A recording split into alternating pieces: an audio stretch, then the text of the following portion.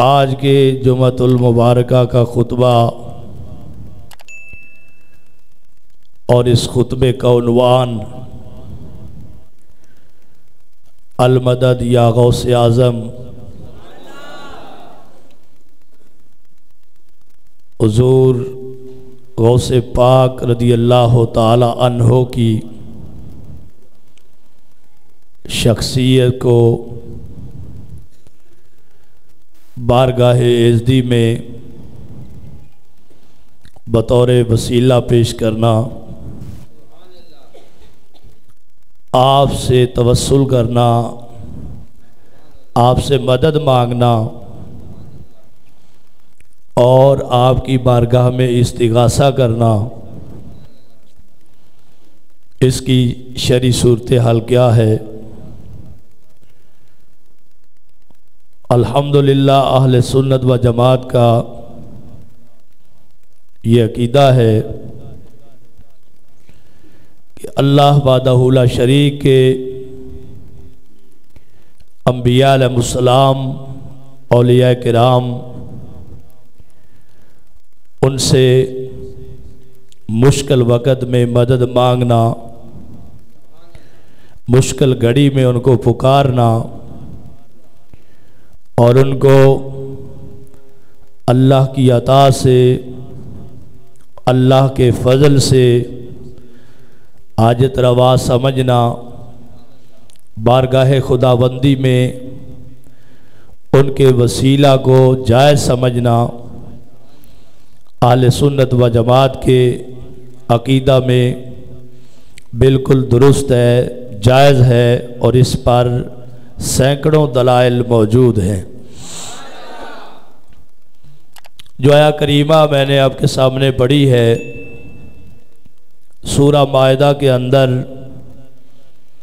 آیت نمبر 55 میں رب ذوالجلال وحدہ لا شریک نے ارشاد فرمایا ہے کہ سوائے اس کے نہیں تمہارا مددگار اللہ وحدہ لا شریک ہے اور اللہ کا رسول ہے، اور وہ مومن ہیں الذین یقیمون الصلاۃ ویؤتون الزکاۃ وہم راکعون، جو نماز پڑھنے والے ہیں، زکوٰۃ ادا کرنے والے ہیں، اس حال میں کہ وہ رکوع کرنے والے ہیں۔ تو اس آیہ کریمہ کے اندر رب ذوالجلال جل مجدہ الکریم نے منصب ولایت کو بیان فرمایا ہے۔ لفظ ولی اس کا معنی اور مفہوم بڑا وسیع ہے، اس کے بہت سارے معانی ہیں اور اہل لغت نے اس کے جو معانی درج کیے ہیں تقریباً ہر لغت والے نے ان معانی میں سے ایک معنی لفظ ولی کا مددگار بھی ضرور لکھا ہے۔ یہاں تک کہ جو لوگ یہ عقیدہ نہیں رکھتے، اولیاء کاملین کی مدد کے منکر ہیں، ان کی کتابوں کے اندر بھی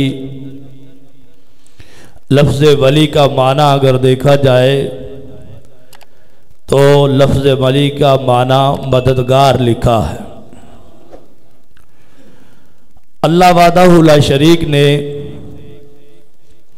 الاعراف کتاب کے اندر ارشاد فرمایا ہے کہ تمہارا مددگار اللہ ہے،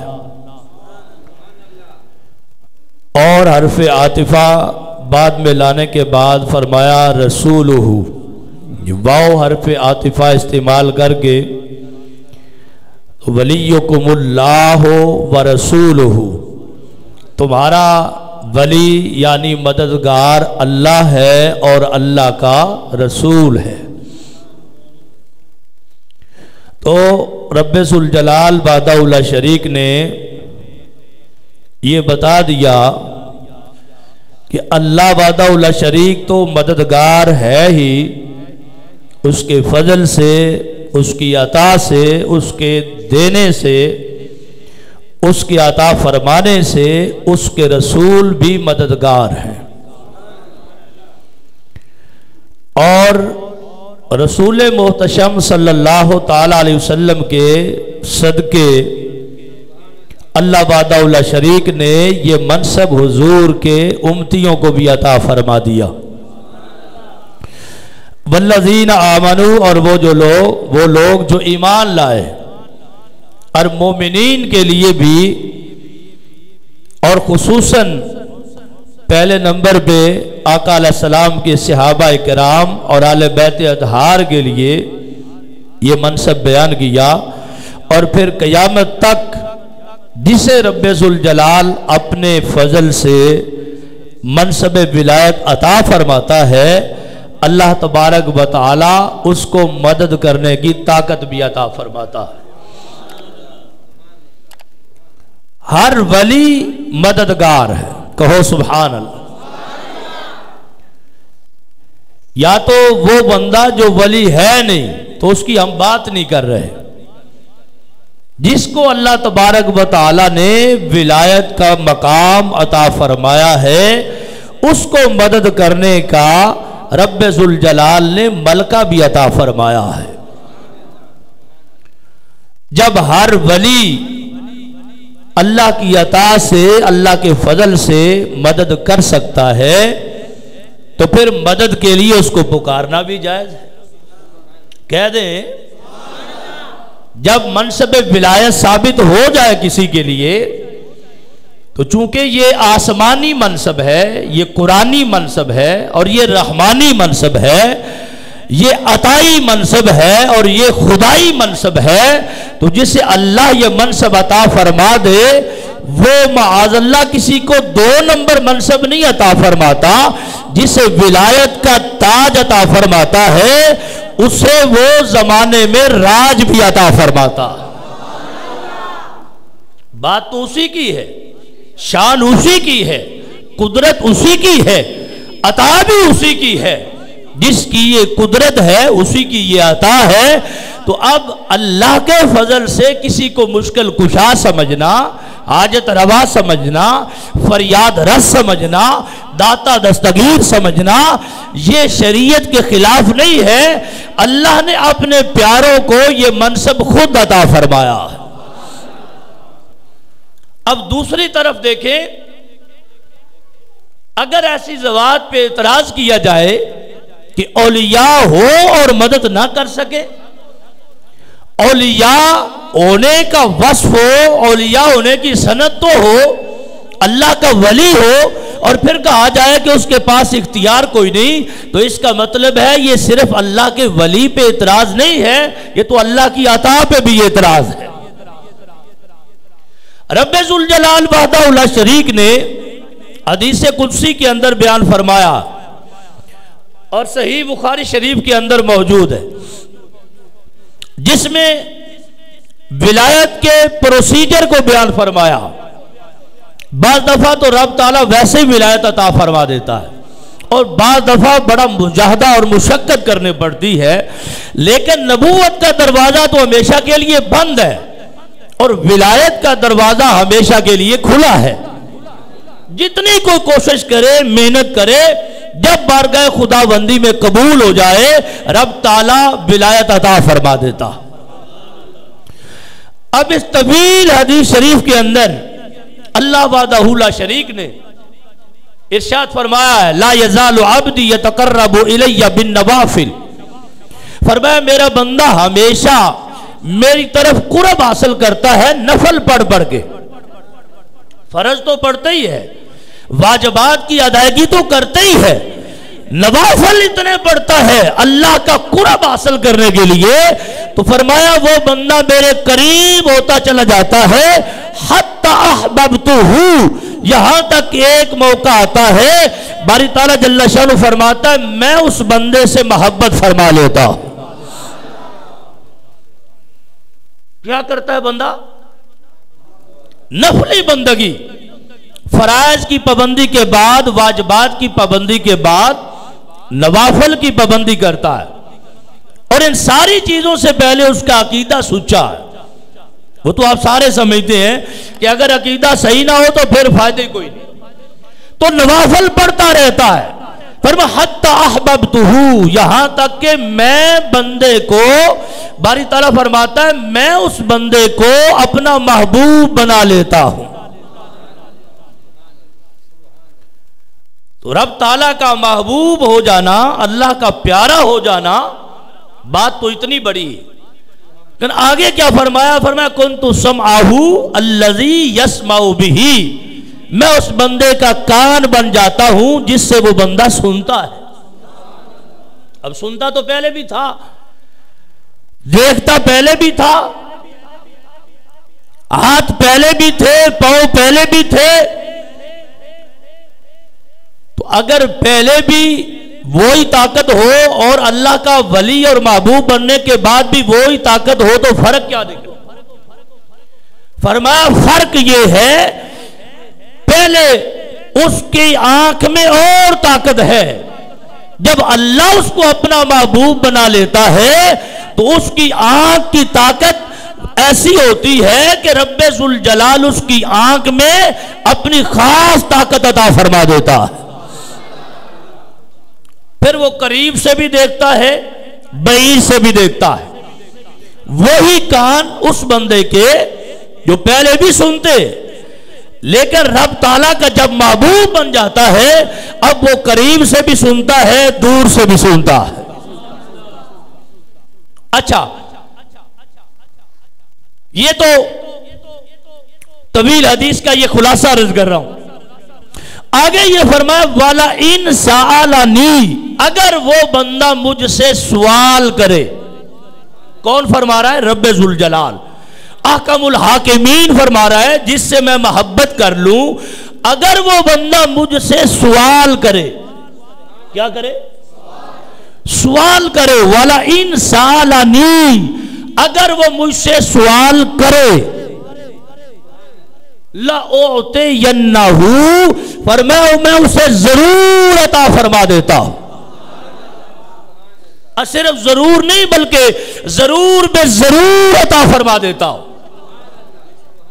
نوتا کی سکیلا لَأُعْطِيَنَّهُ, اللہ سے کچھ مانگے تو رب تعالیٰ جسے چاہے عطا فرمائے, اپنے بندوں کو عطا فرمائے جب چاہے عطا فرمائے. لیکن فرمایا عام بندوں کی صورتحال اور ہے, یہ اب محبوب بن چکا ہے, یہ ولی بن چکا ہے.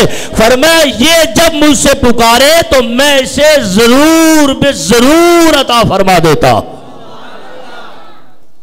اب کتنا فرق ہو گیا, اپنے اور بیگانے میں کتنا فرق ہو گیا, ولی میں اور غیر ولی میں کتنا فرق ہو گیا, محبوب میں اور غیر محبوب میں اتنا فرق ہو گیا. تو پھر محبوب میں اور مغضوب میں کتنا فرق ہوگا؟ نہیں توجہ کی آپ نے. ایک ہے مغضوب ہونا, آپ پڑھتے ہیں نا غیر المغضوب علیہم, یہ لفظ مغضوب جو ہے, مغضوب علیہم کا معنی ہے کہ جن لوگوں پر اللہ کا غضب کیا گیا وہ ہے مغضوب, اور یہ ہے محبوب. اور نام لینا محبوب کا اور حال بیان کرنا مغضوب کا, یہ کوئی انصاف کے قریب ہے؟ بات ہو رہی ہے محبوب کی اور آیتیں پڑھے مغضوب کی, تو کتنی بڑی بے وفائی ہے.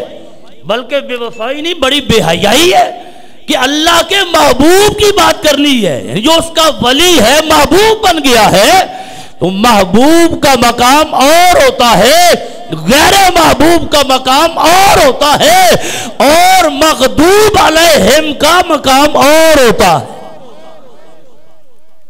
بڑا فرق ہے. اب ظلم یہ ہو رہا ہے کہ جو حالات رب ذوالجلال نے یا آقا علیہ السلام نے حدیث شریف میں مغضوبین کے بیان کیے, لوگ وہ حالات پڑھ کے بیان اللہ کے محبوبین کے ساتھ کر دیتے. تو کتنی بڑی زیادتی. یوں سمجھیے کہ زمین کو آسمان بنا دینا اور آسمان کو زمین کا گڑھا بنا دینا، یوں سمجھیے کہ اندھیرے کو سویرا بنا دینا اور سویرے کو اندھیرا بنا دینا، یوں سمجھیے کہ علم کو جہالت قرار دے دینا اور جہالت کو علم قرار دے دینا، یہ کتنا بڑا ظلم ہے۔ اللہ کے محبوبوں کی شان اور ہے اور مغضوبین کا حال اور ہے۔ یہ کون ہے؟ فرمایا یہ اگر سوال کریں تو اللہ ضرور عطا فرماتا۔ کہہ دو نا سبحان اللہ۔ والا ان سالانی، بخاری شریف پڑھ رہا ہوں، بخاری شریف میں اگر آ جائے تو باقی کتابوں کا حوالہ نہ بھی دیا جائے تو سبحان اللہ، ورنہ میں تو 101 کتاب سے دکھا سکتا ہوں۔ والا ان سالانی، اگر وہ مجھ سے سوال کرے، جس سے سوال کرنا ہے اس کا کرم کتنا ہے وہ خود فرما رہا ہے کہ جس سے میں محبت فرما لوں۔ اور قربان جائیے پیچھے بیان کیا فرمایا ہے؟ محبت فرما لے۔ پیچھے اس کا طریقہ کیا بیان فرمایا ہے؟ فرمایا نوافل پڑھتا رہے، منزلیں چڑھتا رہے، آگے بڑھتا رہے، جوہد کرتا رہے، سفر کرتا رہے، قریب آتا رہے، قسمت جگاتا رہے، ایک دن وہ لمحہ آئے گا، فرمایا اس کا اللہ اس سے خود محبت فرمائے گا۔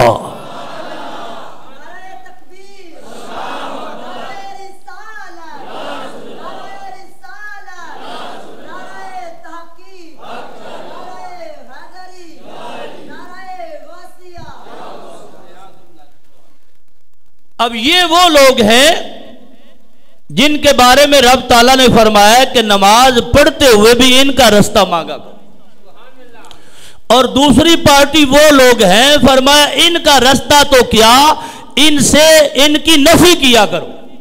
باری تعالیٰ اپنے اولیاء کا، انبیاء علیہ السلام کا رستہ دے دے، لیکن جن پر تیرا غضب ہوا ہے ان کا رستہ نہیں۔ تو اولیاء کا رستہ ہے ہی وہ غضب والوں کا رستہ ہے ہی نہیں، لیکن فرمایا جب میرے اولیاء کی بات کرو تو ان کے دشمنوں کا رد بھی کرو تاکہ اللہ کی رحمت تم پہ دگنا برستی رہے۔ اب ظلم یہ ہے، لوگ آیتیں پڑھتے ہیں وہ بتوں والی، آیتیں پڑھتے ہیں مشرکوں والی، جی حدیثیں پڑھتے ہیں ابو جال والی، اور وہ پڑھ کے لگا دیتے ہیں داتا علی اجمیری کے نام، لگا دیتے ہیں غوث سمدانی کے نام۔ تو کتنی بڑی زیادتی ہے، ہم ان کی بات ہی نہیں کر رہے جو ولی نہ ہو، ہم تو اس کی بات کر رہے ہیں جو اللہ کا ولی ہو اور ولیوں کا ولی ہو اور غوث جلی ہو۔ جب ہر ولی اللہ کے فضل سے مشکل کشائی کر سکتا ہے تو جو ولیوں کا ولی ہوتا ہے، اب یہ اس کی شان ہے جو 50 سال بندگی کرتا رہے پھر جا کے ولی بنے۔ یہ اس کی شان ہے جو 100 سال بندگی کرے پھر جا کے ولی بنے۔ فرمایا اب اگر یہ مانگے گا تو ضرور دوں گا۔ تو ہر ایک ہی اللہ سنتا ہے، لیکن جس کی چاہتا ہے قبول فرماتا ہے۔ فرمایا تمہارے پاس گارنٹی کوئی نہیں، اب جس کے پاس گارنٹی ہے اس سے آ کے کہو تمہاری سفارش کرے، اس سے آ کے کہو تمہارے نام کی درخواست کرے، اس سے آ کے کہو کہ تمہارے گناہوں کی معافی پر اللہ سے تمہارے واسطے سوال کرے، کیونکہ اگر وہ سوال کرے گا تو میں ضرور عطا فرماؤں گا۔ مسئلہ تو بڑا واضح ہو گیا۔ اب یہ ولایت کس موقع پہ جا کے ملتی ہے، کب اللہ کلام فرماتا ہے کسی پہ، یہ اس کی مرضی ہے، اور یہ اس کی جس کو ولایت ملے گی اس کی محنت ہے، وہ کتنا مجاہدہ کرتا ہے، وہ اللہ کی بارگاہ میں کتنا گڑ گڑاتا ہے، وہ کتنا عابد شب بیدار ہے، وہ جتنا اللہ کی بارگاہ میں زیادہ جلدی سے سفر طے کرتا ہے، میرے اللہ کی رحمتیں بڑھ کے استقبال کرتی ہے۔ اچھا، تو ہر ولی کے لیے یہ ثابت جب ہو گیا، اور جو 100 سال سفر کرتا رہے جب جا کے ولایت مل جائے اس کے لیے ثابت ہو گیا، تو غوث پاک تو پیدا ہی ہوئے ہیں تو اللہ کے ولی، اور دوسرے لفظ جو حدیث میں اس روایت میں ہے حتی احببتہ، فرمایا یہاں تک کہ میں اس بندے سے محبت فرما لیتا ہوں۔ جب اللہ کی محبت ثابت ہو جائے تو فرمایا اس وقت اللہ یہ ساری شانیں عطا فرما دیتا ہے۔ اب ایمان سے بتاؤ، اگر یہ شان رب ذوالجلال نے کسی کو دینی نہیں ہے، اولیاء کاملین کو یہ شان ملتی نہیں ہے، تو دوسرے ہے کون جس کے لیے یہ شان ہے؟ احببتہ، یہاں تک کہ جس کو میں محبوب بنا لوں، رب ذوالجلال فرماتا ہے وہ کون ہے؟ اگر اللہ کا ولی نہیں ہے تو وہ کون ہے؟ اور غوث پاک کے بارے میں تو موجود ہے، فرمایا جب کبھی مجھے نیند آتی، کنت فی زمن مجاہدتی، فرماتے میرے مجاہدات کا زمانہ چل رہا تھا، کئی دنوں تک سونا نہیں ہوتا، کئی دنوں تک کھانا نہیں ہوتا، کتنی دیر پینا نہیں ہوتا، فرمایا اذ اخذتنی سنۃ، جب کبھی نیند کا جھٹکا لگتا، سمعت قائلا یقول، فرماتے مجھے یہ آواز آ جاتی ما خلقتک للنوم، عبد القادر تمہیں تو سونے کے لیے پیدا ہی نہیں فرمایا۔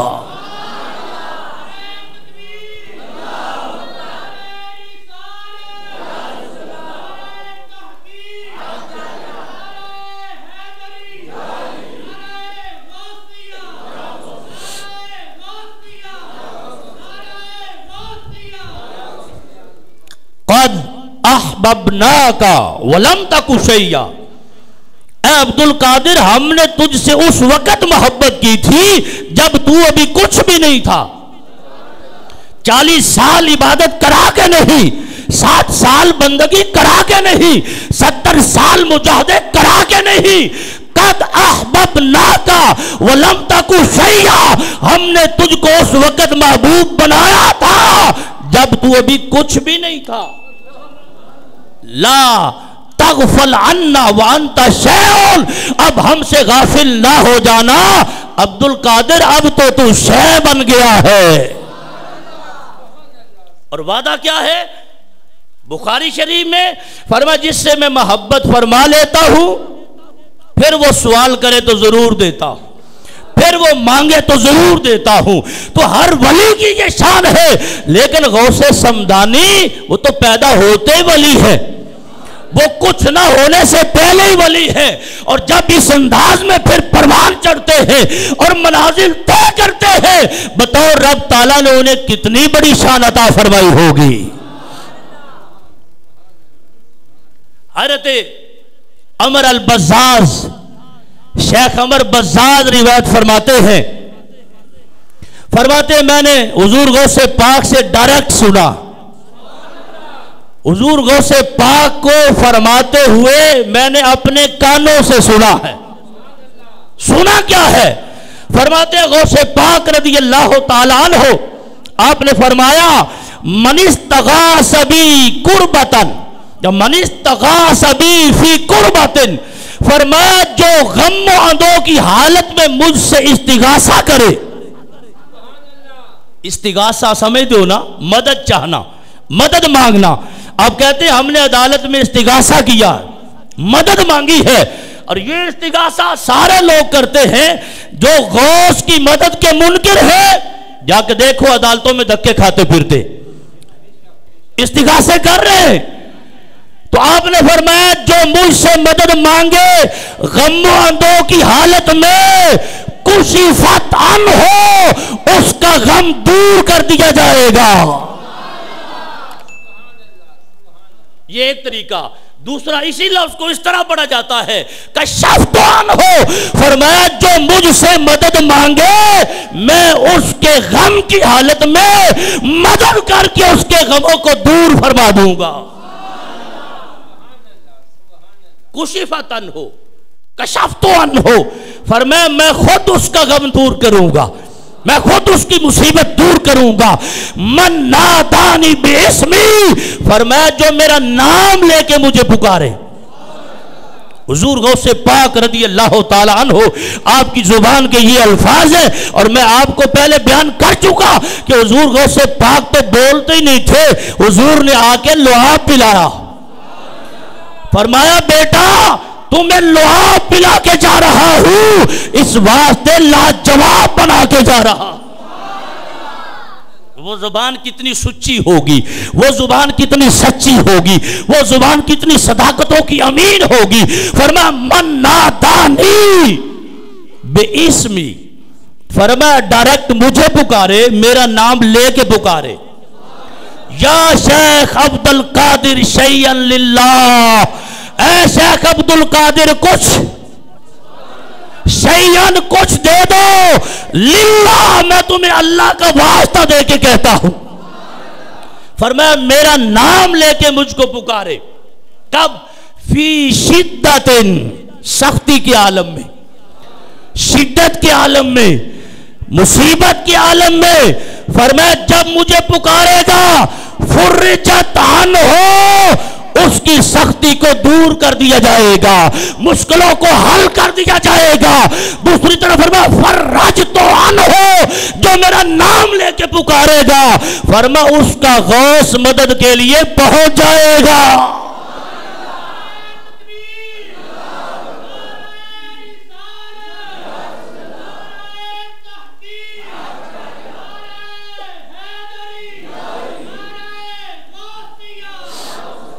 فرجت عنہ یا فرجت عنہ، فرمایا جو مجھے ندا کرے، جو مجھے پکارے، میرا نام لے کے پکارے۔ پکارنے والوں اگر کسی نے پکارنے نہ ہو تو غوث نے فرمایا کیوں ہے جی؟ یہ آپ کی زبان سے نکلا کیوں ہے؟ فرمایا مجھے پکارے تو کیا ہوگا معاذ اللہ؟ یہ نہیں فرمایا شرک ہو جائے گا، یہ نہیں فرمایا بدعت ہو جائے گی، یہ نہیں فرمایا کھانا خراب ہو جائے گا۔ فرمایا مجھے مومن، آگے لفظ آ رہا ہے بعد میں مسلمان کا، فرمایا مسلمان مجھے پکارے، مومن مجھے پکارے، میرا غلام مجھے پکارے، میرا مرید مجھے پکارے، میرا نام لے کے پکارے۔ فرمایا جب مشکل گھڑی میں مجھ کو پکارے گا میں اس کی مشکل کو اللہ کے فضل سے حل فرما دوں گا۔ کیا شان رب نے عطا فرمائی ہے، تو سبحان اللہ کہنا چاہیے جی۔ کتنا مقام رب ذوالجلال نے عطا فرمایا ہے، اور ساتھ یہ فرمایا من توسل بی الی اللہ، فرمایا جو میرا توسل اللہ کی بارگاہ میں پیش کرے، من توسل بی الی اللہ، فرمایا جو یہ کہے میرے اللہ شیخ عبد القادر کے صدقے مجھے معاف فرما دے، میرے اللہ مصیبتیں آ گئی ہیں، مشکل میں پھنسا ہوں، شیخ عبد القادر کے صدقے میری مشکلیں حل فرما دے۔ فرمایا قضیت لہ حاجتہ، فرمایا پکارنا اس کا کام ہے، میرا اللہ اس کی حاجت پوری فرما دے گا۔ گرامی قدر سامعین، ایسی بہت ساری روایتیں موجود ہیں۔ حضور غوث پاک رضی اللہ تعالی عنہ آپ نے یہ فرمایا ہے تو پھر لوگوں نے آپ کو پکار کے دیکھا، پکارا ہے، باقاعدہ آزمایا ہے۔ آقا علیہ الصلوۃ والتسلیم کا فیضان دیکھیے، حضور غوث پاک کی شان دیکھیے۔ حضرت عبداللہ جبائی کہتے ہیں کہ میری ہمدان جاتے ہوئے رستے میں ایک بندے سے ملاقات ہوگی، دمشق کا رہنے والا بندہ ہے۔ فرماتے ہیں جب میری اس سے ملاقات ہوئی تو اس کے پاس 14 اونٹ ہیں۔ کتنے؟ اور ان پر شکر لادی ہوئی ہے، 14 اونٹ ہیں۔ فرماتے ہیں جب میری ملاقات ہوئی، کہتے ہم ایک خوفناک جنگل سے گزرے، وہاں ٹھہرے، لا یقف فیہ الاخ مع اخیہ من الخوف، اتنا خوف وہاں پہ تھا کہ کوئی ایک سگا بھائی بھی دوسرے بھائی کے لیے وہاں نہیں ٹھہرتا، ہر کسی کو اپنی جان بچانے کی فکر تھی، ایسی صورتحال تھی۔ تو کہنے لگے، مختصر یہ ہے، کہنے لگے ہمارے پاس چونکہ قافلہ تھا اور ان کے پاس 14 اونٹ تھے۔ فرماتے ہیں جب ہم نے وہاں سے قافلے کو روانگی کی تیاری کی اور سامان لادا تو کہتے ہیں فقدنا 4 جمال، کہنے لگے میرے 4 اونٹ گم ہو گئے۔ کتنے؟ سامان سے لدے ہوئے 4 اونٹ گم ہو گئے. فرماتے ہیں جب گم ہو گئے طلبتہم، میں نے ان کو تلاش کیا، ڈھونڈا، لیکن لم نجدھا، وہ مجھے کہیں نہیں ملے. اب لوگوں نے جانا ہے، قافلے کی تیاری ہے، قافلہ چلا گیا، ایک ساربان صرف باقی رہ گیا. تو کہتا پھر ہم نے مل کے تلاش کیا، بڑا ڈھونڈا، جنگل بیابان، نہ کوئی بتانے والا نہ کوئی پاس بٹھانے والا. فرماتے ہیں جب اتنی پریشانی ہو گئی تو مجھے یاد آیا غوث پاک کا فرمان پڑا تھا ایک جگہ پہ. بولو بولو. فرمایا مجھے یاد آ گیا کہ غوث پاک کا فرمان ہے جو مشکل وقت میں مجھے پکارے اس کی مشکل حل ہو جاتی ہے. کہتے ہیں میں نے فوراً اپنی زبان سے یہ کہا، یا شیخ عبد القادر جمالی مرات، میرے اونٹ گم ہو گئے، میرے اونٹ مجھ سے چھوٹ گئے، میرے اونٹ چلے گئے. فرماتے ہیں 2 مرتبہ میں نے پکارا ہے، اب یہ صبح کی روشنی ہونے کا ٹائم ہے. تو میں نے افق کی طرف دیکھا تو فجر طلوع ہو رہی ہے، اور میں نے دیکھا اس روشنی میں ایک سفید کپڑے والے بزرگ نظر آیا ہے. یہ باجات الاسرار. یا رسول اللہ،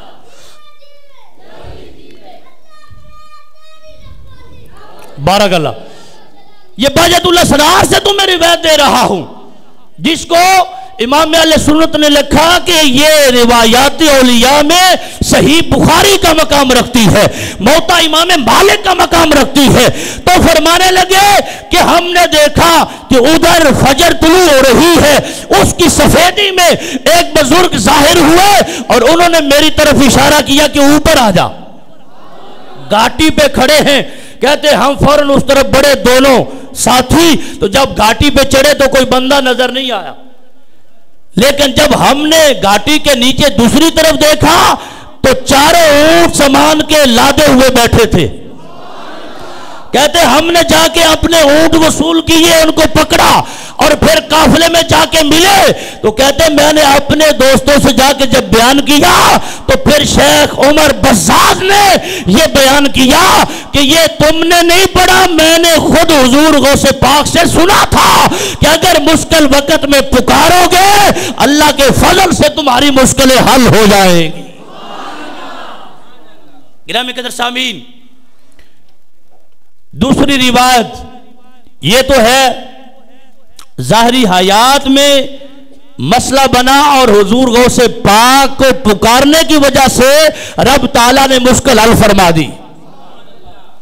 اب اگلی روایت جو سنا رہا ہوں یہ بعد الوفات کی ہے.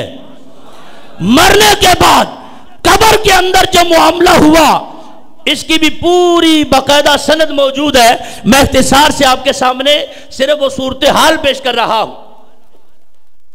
اچھا، اس میں شیخ احمد فرماتے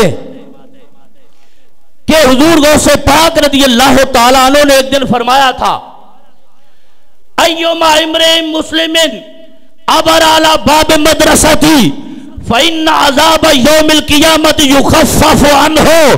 آپ نے فرمایا تھا جو مسلمان بندہ میرے مدرسے کے دروازے سے گزر گیا.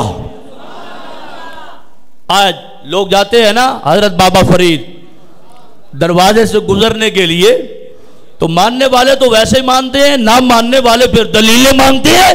میرے غوث پاک کا یہ فرمان ہے، فرمایا جو مسلمان بندہ بے ایمان نہ ہو، مسلمان بندہ فرمایا ہمارے مدرسے کے دروازے سے گزر جائے، اللہ قیامت کے دن اس کے عذاب کو ہلکا فرما دے گا، تخفیف ہو جائے گی. تو فرمایا جا شاب الی بغداد، ایک نوجوان بندہ آ گیا. راوی پاس بیٹھے ہوئے حضور غوث پاک کے پاس بیٹھے، ایک نوجوان آ گیا. اس نے آ کے کہا انا ابی قد ماتا، میرا باپ فوت ہو چکا ہے. رأیتہ فی المنام، میں نے اس کو خواب میں دیکھا ہے. اب خواب میں دیکھا تو اس کی حالت کیا ہے؟ وَهُوَ مُعَذَّبٌ فِي قَبْرِهِ، اس کو اپنی قبر میں عذاب دیا جا رہا ہے. باپ کو خواب میں دیکھا، بعد الوصال دیکھا، بعد التدفین دیکھا، اور دیکھا تو عذاب میں مبتلا ہے۔ اب اس باپ نے بیٹے سے کیا کہا؟ باپ نے بیٹے سے کہا اذهب الى الشیخ عبد القادر۔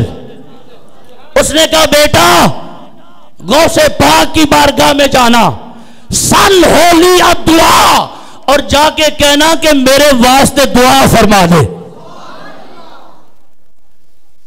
بیٹے کا عقیدہ بھی سچا، باپ کے عقیدہ بھی سچا، اور جس غوث کے پاس آئے وہ اللہ کا ولی بھی سچا۔ ہم جو 2 نمبر لوگ ہیں داؤ لگانے والے، ہم ان کے قائل ہی نہیں ہیں۔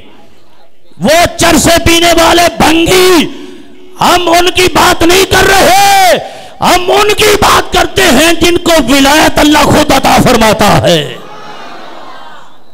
شاب نوجوان آ گیا، آ کے حضور غوث پاک سے عرض کرنے لگا میں نے رأیت البارحہ، میں نے اپنے باپ کو رات کو دیکھا خواب میں، فرمایا پھر انہو معذب فی قبرہ، اس کو اپنی قبر میں عذاب جاری ہے۔ اب نے فرمایا پھر، تو کہنے لگا حضور میرے باپ نے مجھے بھیجا ہے اور اس نے کہا کہ شیخ سے کہو سال ہو، جاؤ شیخ سے سوال کرو۔ نہیں آپ وہ سمجھے نہیں، پھر بات جا کے سوال کرو، کیونکہ وہ اللہ سے سوال کرے تو رب عطا فرماتا ہے۔ وَلَئِن سَأَلَنِي لَأُعْطِيَنَّهُ، رب کا وعدہ ہے جب اس کا ولی سوال کرے اللہ ضرور عطا فرماتا ہے۔ تو یہ ولیوں کے ولی ہے، غوث جلی ہے، جو کہو میرے واسطے دعا کرے اللہ ان کی دعا کو قبول فرماتا ہے۔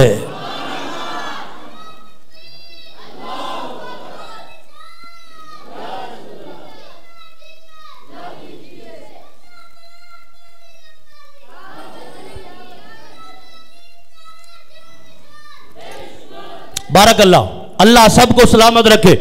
میں یہ عرض کر رہا ہوں، آپ نے اس سے ایک سوال کیا، فرمایا آبارہ اللہ مدرسہ تھی؟ فرمایا نوجوان مجھے یہ بتا تیرا باپ کبھی ہمارے دروازے سے گزرا ہے؟ ہمارے مدرسے سے گزر ہوا ہے؟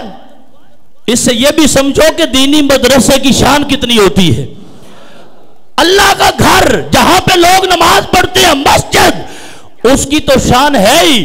لوگ سمجھتے ہیں یہ مدرسہ کوئی نیا کام شروع ہو گیا ہے۔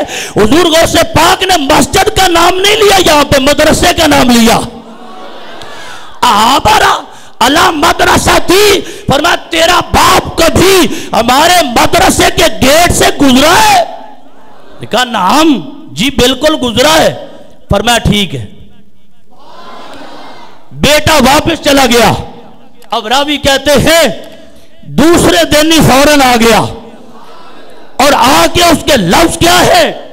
آ کے کہتا ہے رأیتہ البارحہ مستبشراً، اے غوث پاک آج میں نے اپنے باپ کو دیکھا ہے، صرف عذاب نہیں ختم ہوا، صرف خوش نہیں ہوا، مستبشراً قبر کے اندر میرا ابا تو خوشیاں منا رہا ہے۔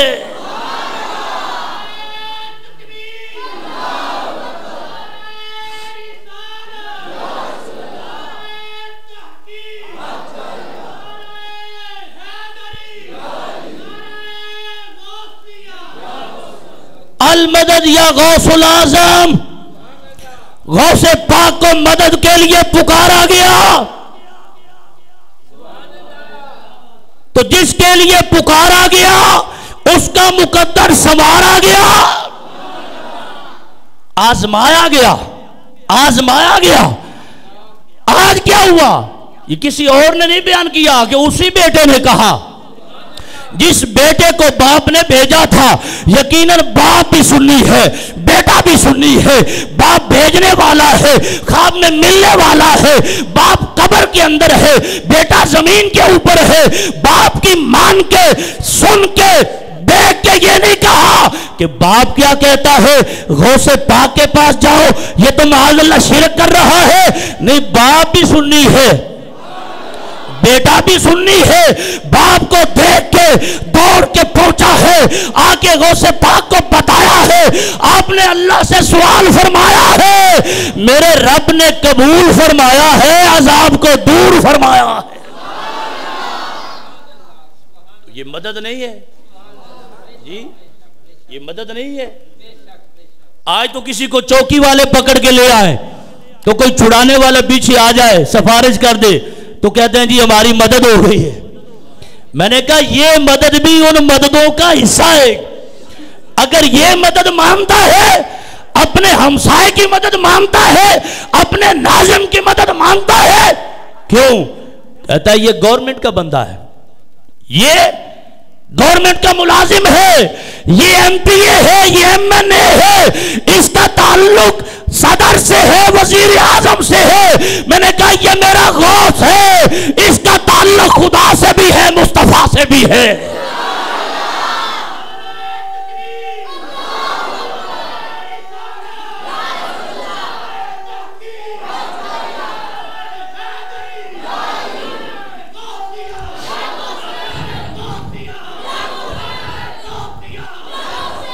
حاکم حکیم داد و دوا دے، یہ کچھ نہ دے۔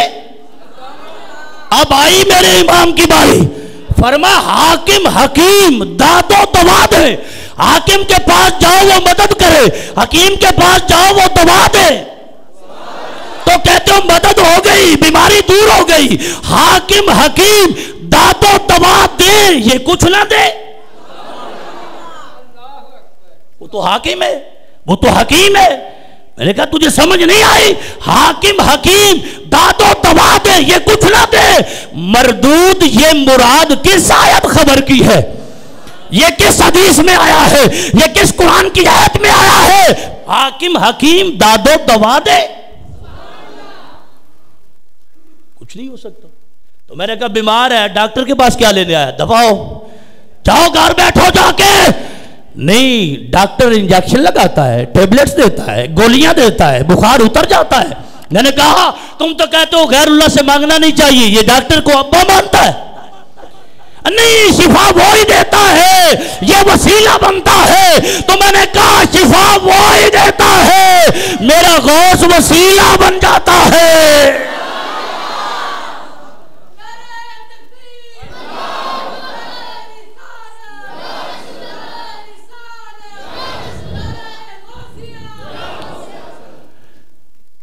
ٹائم ہو گیا، ایک روایت آپ کو ایک نسخہ دے دوں۔ نسخہ غوث پاک نے خود فرمایا جس بندے کو مشکل پیش آ جائے 2 رکعت نماز نفل پڑھے، اس کو کہتے ہیں صلاۃ غوثیہ، یعنی غوثیہ نماز۔ 2 رکعت نماز نفل پڑھے، ہر رکعت میں سورہ فاتحہ کے بعد 11 مرتبہ، نہیں سمجھے 11ویں کے نام کا 11 مرتبہ سورہ اخلاص پڑھے۔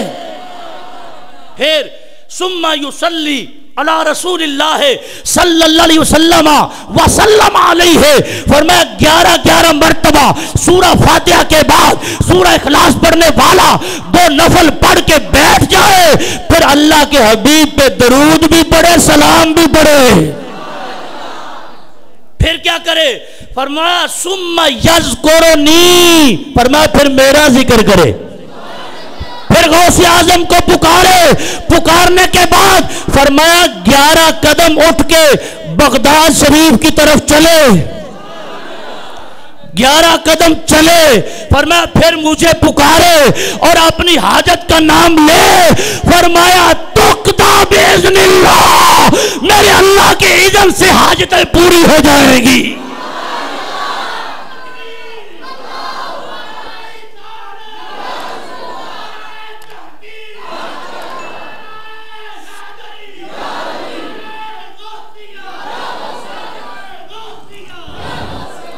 اس نے نیت ہو تو کبھی خطا کرتا ہی نہیں۔